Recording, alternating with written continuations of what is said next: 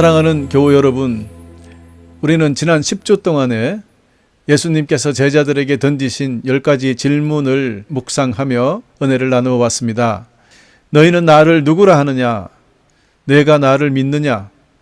내가 낫고자 하느냐? 왜 무서워하느냐? 왜 의심하느냐? 아직도 깨닫지 못하느냐? 너희도 떠나고 싶으냐? 너는 성경을 어떻게 읽었느냐? 누가 내 옷을 만졌느냐?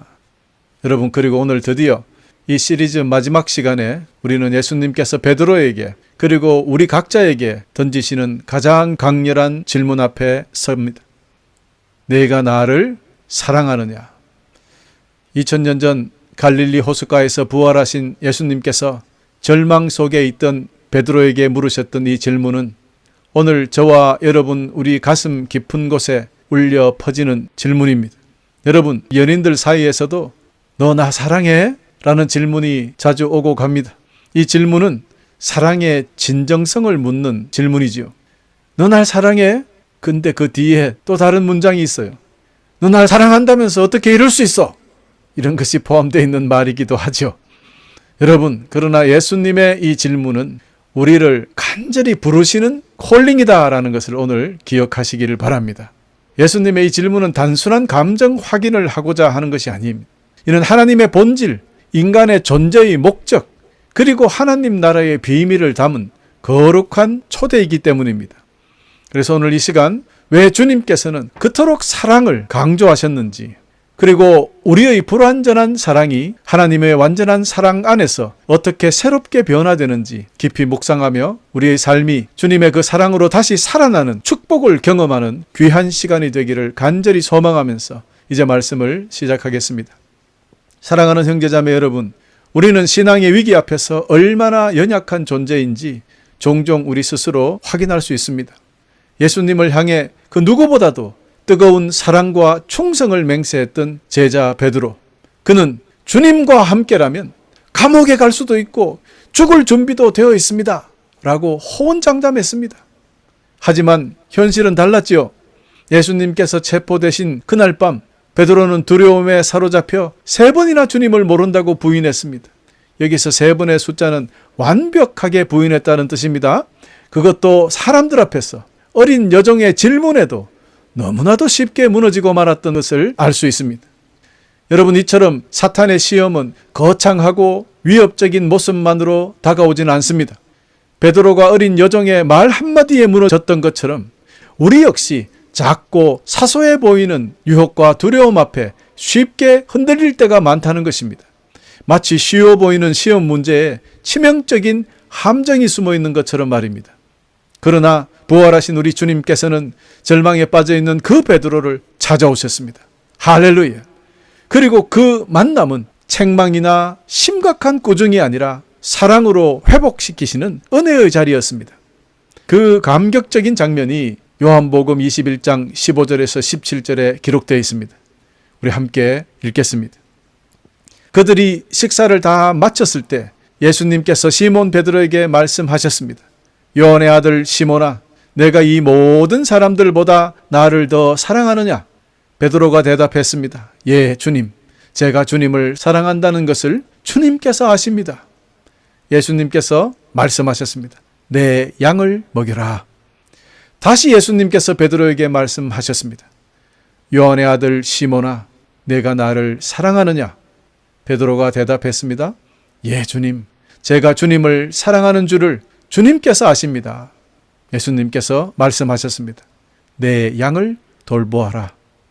3번째로 예수님께서 베드로에게 말씀하셨습니다. 요한의 아들 시몬아, 내가 나를 사랑하느냐? 예수님께서 자기에게 3번씩이나 내가 나를 사랑하느냐고 물으셨기 때문에 베드로는 거의 울상이 되었습니다.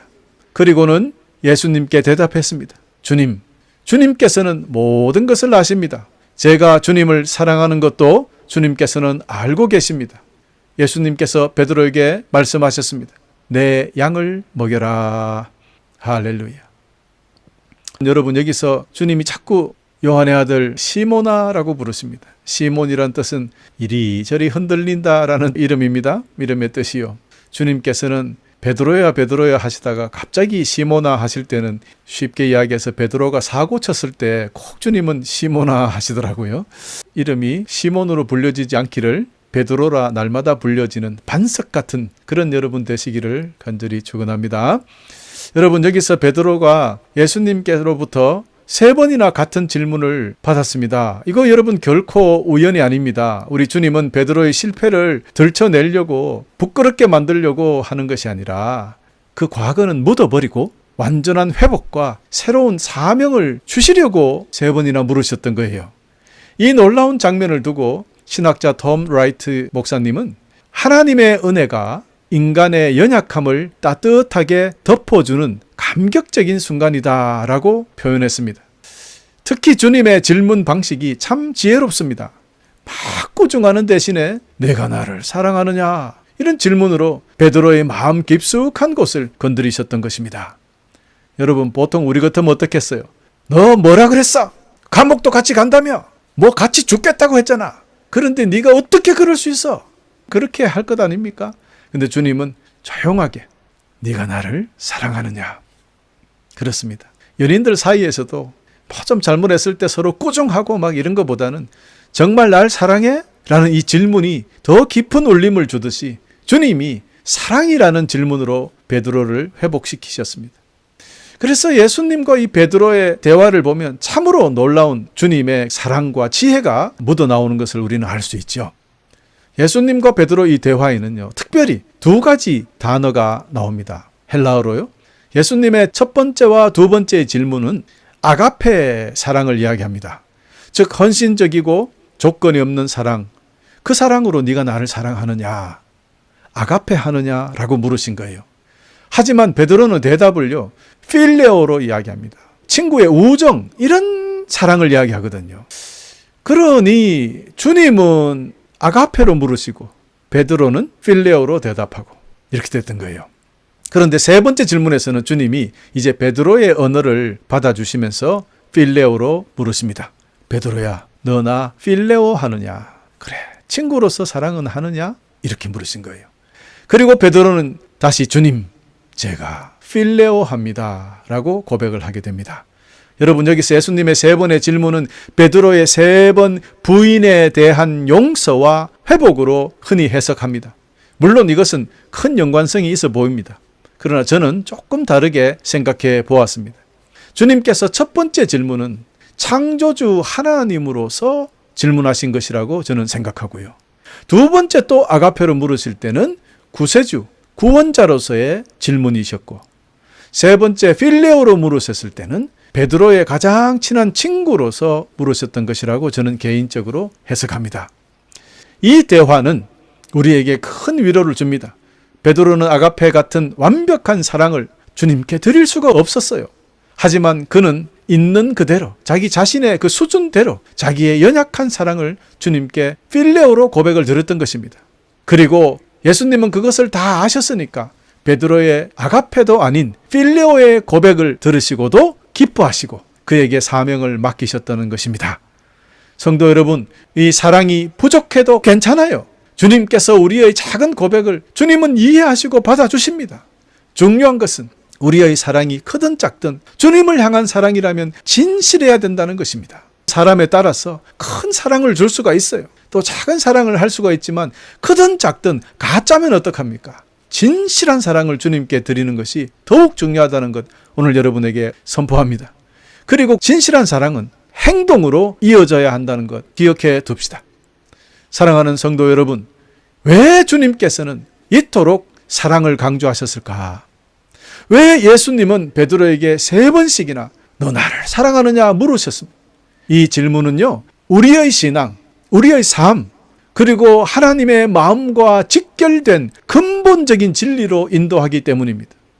오늘 주님께서 사랑을 강조하시는 이 4가지 이유를 나누면서 우리가 더욱더 그 사랑으로 채워지기를 간절히 소망합니다. 첫 번째, 사랑은요, 하나님의 본질입니다. 사도 요한은 요한일서 4장 8절에서 하나님은 사랑이시라 분명히 선포했습니다. 이 말씀은 단순한 설명이 아닙니다. 하나님의 존재, 그분의 본성이 곧 사랑이라는 고백입니다. 아버지 하나님께서 아들을 사랑하시고 아들께서는 아버지를 사랑하시는 그 영원한 사랑의 관계, 그것이 바로 삼위일체 하나님의 심장 아닙니까? 그리고 놀랍게도 그 사랑이 우리 안에 부어졌던 것입니다. 할렐루야.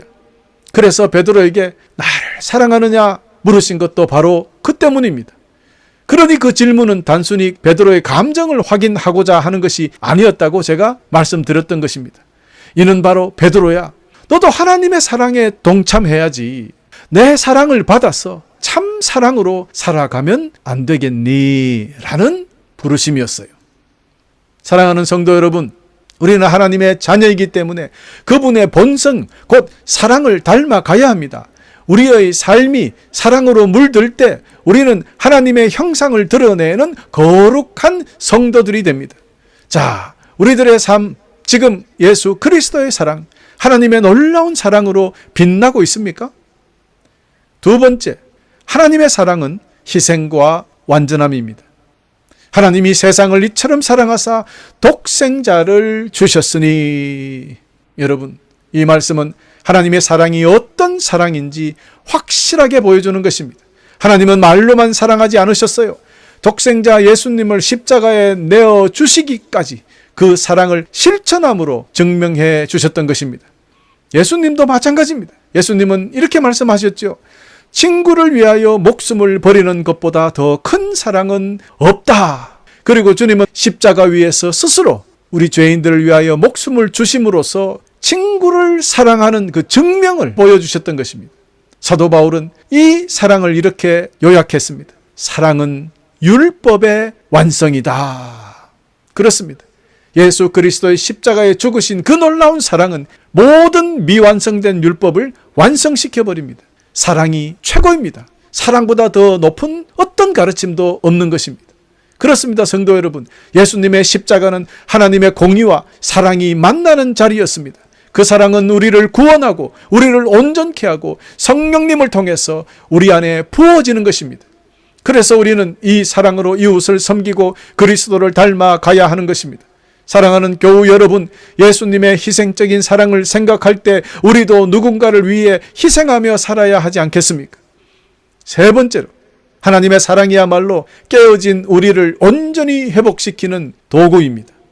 예수님께서 베드로에게 나를 사랑하느냐라고 물으셨을 때 이건 단순한 대화가 아닙니다. 베드로는 예수님을 3번 부인했던 아픔을 안고 있습니다. 베드로는 자신의 연약함을 뼈저리게 느꼈을 것입니다. 후회를 얼마나 했겠습니까? 하지만 예수님은 그를 그대로 버려두지 않았어요. 그냥 찾아가지 않았으면 베드로는 그냥 그렇게 실망하고 넘어져서 슬퍼하며 그렇게 흘러갔을 겁니다. 그러나 주님은 그를 버리지 아니하시고 찾아오셨습니다. 3번의 부인, 3번의 사랑을 고백으로 덮으시고 베드로를 다시 일으켜 세우셨습니다. 사랑하는 성도 여러분, 예수님은 우리의 실패를 아십니다. 우리가 나약한지 아십니다. 우리의 믿음을 뿌리까지 아시니까요. 그러나 우리가 넘어지고 우리가 혹시 주님을 외면하고 그러나 주님은 우리에게 찾아오셔서 얘야, 너 나를 사랑하느냐? 여러분, 이 질문은 우리의 상처를 치유하시기 위하여 오셔서 물으시는 거예요. 우리의 믿음을 새롭게 세우시려고 우리에게 물으시는 거예요. 그것은 사랑의 손길이었습니다. 그러므로 여러분, 주님의 사랑은 우리를 다시 회복해 하시는 가장 위대한 도구가 되는 것입니다. 할렐루야. 마지막 4번째, 하나님의 사랑은 우리에게 주어진 거룩한 사명입니다. 그렇습니다. 하나님의 사랑은 곧 사명이다. 예수님은 베드로의 사랑 고백을 들으시고는 곧바로 내 양을 먹이라, 내 양을 돌보라, 또 내 양을 먹이라. 여러분, 이 명령은 사랑과 사명이 하나로 연결되어 있음을 보여주는 것입니다. 사랑은 말로만 끝나는 게 아닙니다. 사랑은 거기에 합당한 행동으로 나타나야 합니다. 예수님의 양, 그분의 교회, 그분의 백성을 돌보는 것이 바로 우리의 사명입니다. 이것은 바로 예수 그리스도의 사랑을 받은 우리가 주님께 다시 사랑을 돌려드리는 행동으로, 삶으로 드러나는 사랑의 증거가 바로 사명인 것입니다. 성경은 하나님의 백성을 양에 비유합니다. 양은 연약하고 길을 잃기가 쉽습니다. 그래서 목자가 꼭 필요합니다. 예수님은 당신께서는 좋은 목자라고 하시고 우리를 위하여 생명을 내어주셨던 것을 우리는 기억합니다. 그리고 이제 그분은 우리에게 말씀하셨습니다. 내 양을 먹이라. 내 교회를 돌봐라. 여러분, 이 사명은 많은 사람들이 목사에게만 해당하는 것이다 라고 해석합니다. 여러분, 우리 모두가 예수님의 양떼를 사랑으로 섬기는 일에 부름받았다는 것을 여러분에게 선포합니다. 여러분, 아니라고 아무리 떼를 써도 여러분 모두에게 주어지는 말씀입니다. 여러분, 이 사랑은 어떻게 나타납니까? 말씀으로 서로를 양육하고 서로를 기도로 품으며 필요할 때 손을 내밀어 주는 것입니다. 여러분, 그러면 이거는 목사만 합니까? 구원받은 성도 누구나 해야 되는 행동이죠. 기도로 서로 품어줘야 되는 것. 여러분, 목사만 기도합니까? 여러분은 목사를 위해서 기도 안 합니까? 여러분은 성도 간에 서로 기도 안 합니까? 이것도 목사에게만 주어진 임무가 아니라는 것 여러분 이해하시겠죠. 그리고 우리 서로가 필요할 때 서로 손을 내밀어 돕는 것, 이거 목사만 혼자 어떻게 합니까? 모든 성도들이 함께 힘을 합쳐서 도와야 되는 것 아닙니까? 그러니 내 양을 먹이라 하는 말씀은 목사에게만 해당하는 것은 아니다. 우리 모두에게 부여받은 임무이다. 기억해 주시기를 바랍니다. 그렇습니다. 교회 안에서 서로를 세우고 이웃에게 복음을 전하며 세상 속에서 빛과 소금으로 사는 삶, 그게 바로 우리 주 예수님께서 원하시는 사랑의 모습입니다.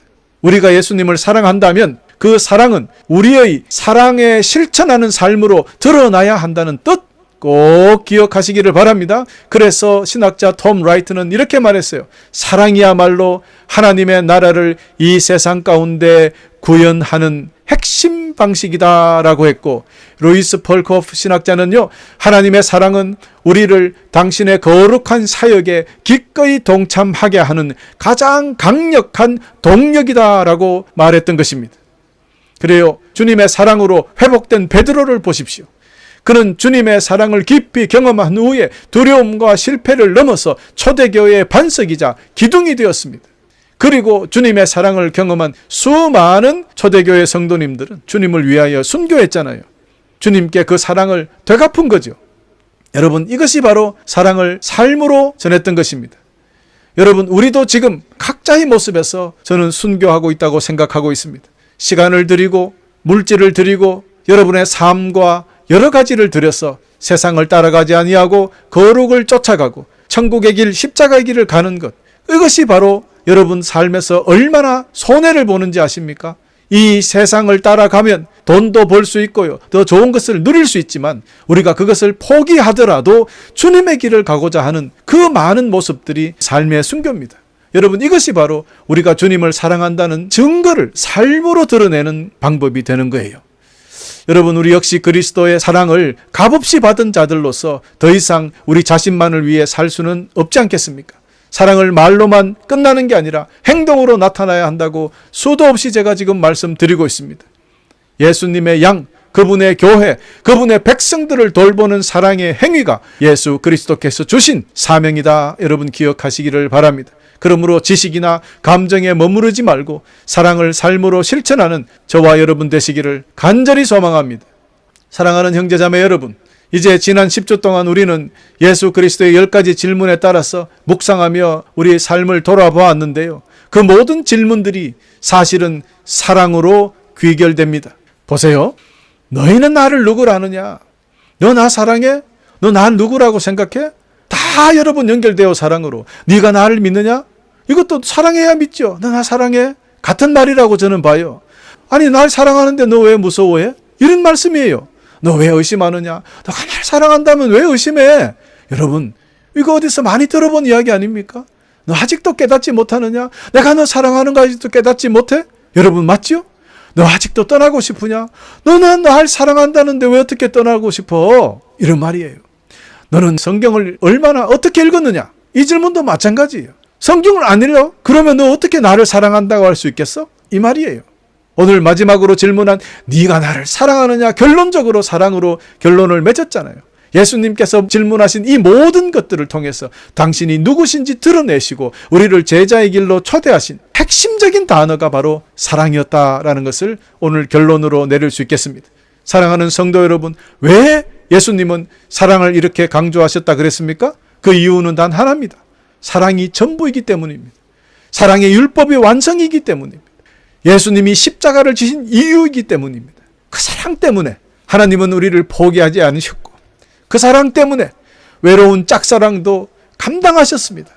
주님은 끝까지 우리를 붙들고 계셨던 것이에요. 십자가는 하나님의 사랑이 이론이 아니라 실제임을, 그 어떤 논리보다 더 깊고 넓은 은혜임을 증명하여 보여주셨던 것입니다. 할렐루야. 교우 여러분, 그렇기 때문에 우리는 이 주님의 사랑을 외면할 수 없어요. 십자가의 사랑으로 우리를 부르신 주님 앞에 이제는 우리가 응답해야 합니다. 우리의 삶 전체를 통해서 주님을 사랑하며 이웃을 향한 구체적인 섬김으로 그 사랑을 드러내야 합니다. 그러므로 오늘 이 자리에서 결단하십시다. 기도와 말씀으로 매일 주님과 깊이 교제하고 그분만을 우리의 만족과 소망의 근원으로 삼겠습니다. 여러분, 결단하십시다. 또 교회 안에서 서로를 사랑으로 돌보면서 예수님의 몸된 교회를, 공동체를 함께 세워가겠습니다. 여러분, 결단하십시다. 또 가정과 일터, 지역 사회에서 그리스도의 사랑을 삶으로 전하며 그 복음으로 살아내겠습니다. 여러분, 고백하십시다. 우리의 작은 실천들이 어둠 속에서 빛이 되고 절망 가운데 소망이 됩니다. 우리의 손길이 하나님 나라의 씨앗이 되어서 이 땅에 심어질 것입니다. 할렐루야. 이제 시편 73편 25절에 아삽의 고백이 저와 여러분 우리의 고백이 되기를 간절히 소망합니다. 하늘에서 주 외에 누가 내게 있겠습니까? 땅에서도 주 밖에는 내가 사모할 분이 없습니다. 여러분, 이 말씀은 이렇게 해석할 수 있겠습니다. 하늘 높은 곳에서도 땅 넓은 곳에서도 오직 주님만이 나의 전부이십니다. 세상의 어떤 것으로도 주님의 사랑을 대신할 수 없습니다. 주님은 변치 않는 나의 반석이며 영원한 분기시며 주님은 나의 모든 것이 되십니다. 오늘 이런 믿음으로 우리 다시 한번 고백합시다. 우리 교회 문을 열고 나서는 순간에 이 질문을 마음에 새기고 베드로처럼, 아니 그보다 더 진심으로 주님께 응답하여 드립시다. 너 나 사랑해? 주님의 이 질문에 이제부터는 주님이 아십니다. 내가 주님을 하늘만큼 땅만큼 사랑합니다. 할렐루야. 우리 오늘부터 이 고백을 마음에 품고 가정으로, 일터로, 이웃 가운데 나아가십시다. 우리 서로를 말씀으로 양육하고 기도로 섬기며 사랑으로 세상을 변화시키는 주님의 참된 제자가 되어 보십시다. 끝으로 지금까지 예수님께서 10가지 질문을 통해 드러난 진리, 하나의 명령으로 결론을 내리게 된다고 했습니다. 그것은 바로 사랑하라 였습니다. 사랑은 우리 신앙의 대답이며 우리 삶의 방향입니다. 그러므로 우리 모두 온 마음을 다해서 주님을 사랑하며 그 사랑을 세상에 나누어 주님의 영광을 드러내는 귀한 삶이 되기를 간절히 소망합니다. 끝으로 오늘부터 우리 주님 다시 오시는 그날까지 주님의 사랑으로 충만하여서 하늘의 사명을 넉넉히 감당하는 귀한 주님의 제자들이 다 되어 주시기를 간절히 축원하면서 오늘 말씀을 마치겠습니다.